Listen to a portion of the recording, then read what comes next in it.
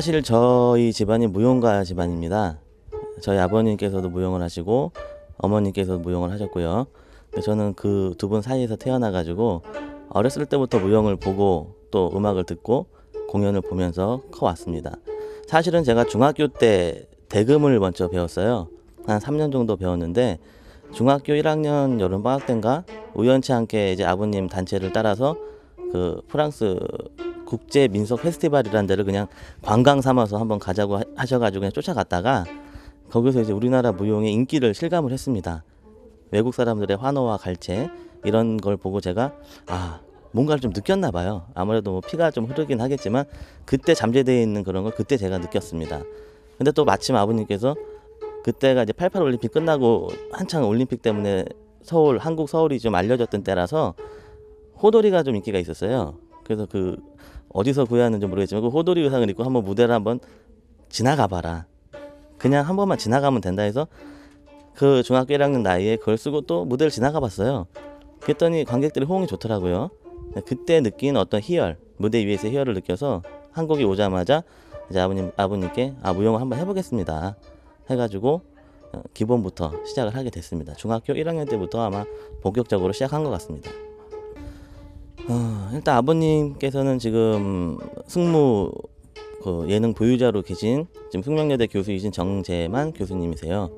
그리고 어머님은 한참 그때 국립무용단 스타플레이어로 활동하셨던 박순자 자자 박순자 어머님이고요. 한국 무용계에서는 그래도 다들 이제 아실 만큼 어떤 인지도나 그렇게 좀 유명하신 분들입니다.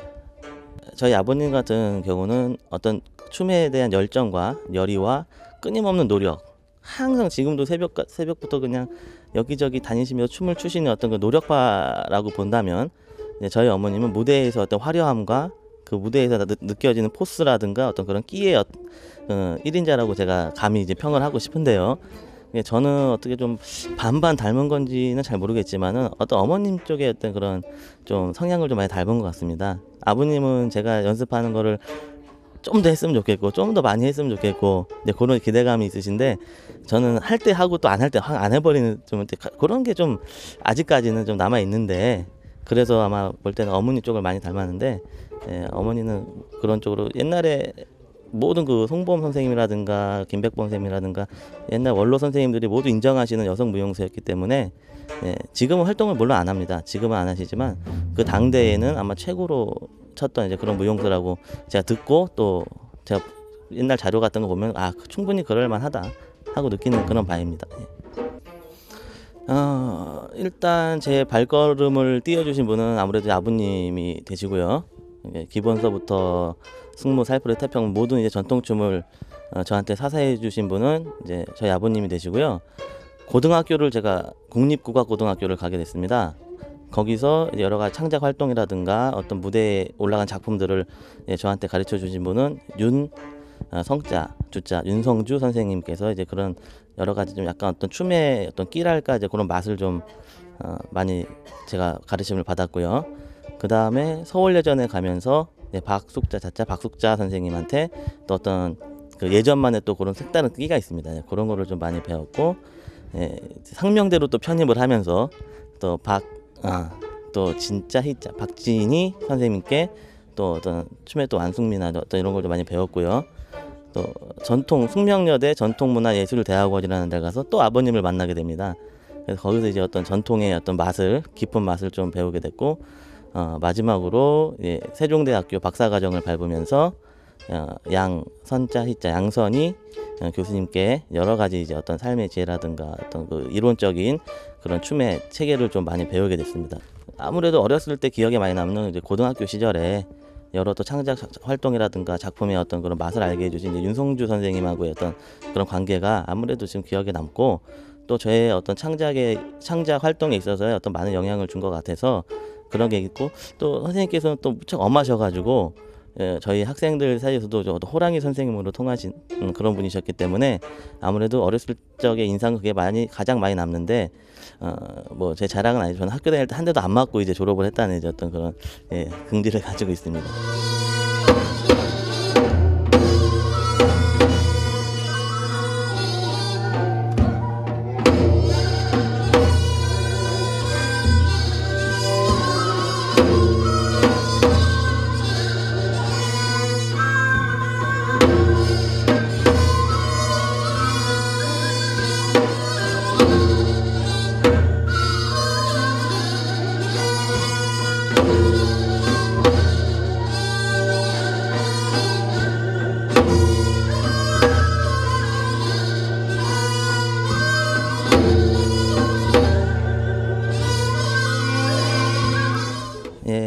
일단은 이제 승무라고 하면요. 크게 이제 우리나라 승무는 호남류와 경기류가 있는데 제가 추는 춤은 저희 쪽은 이제 경기류 춤입니다.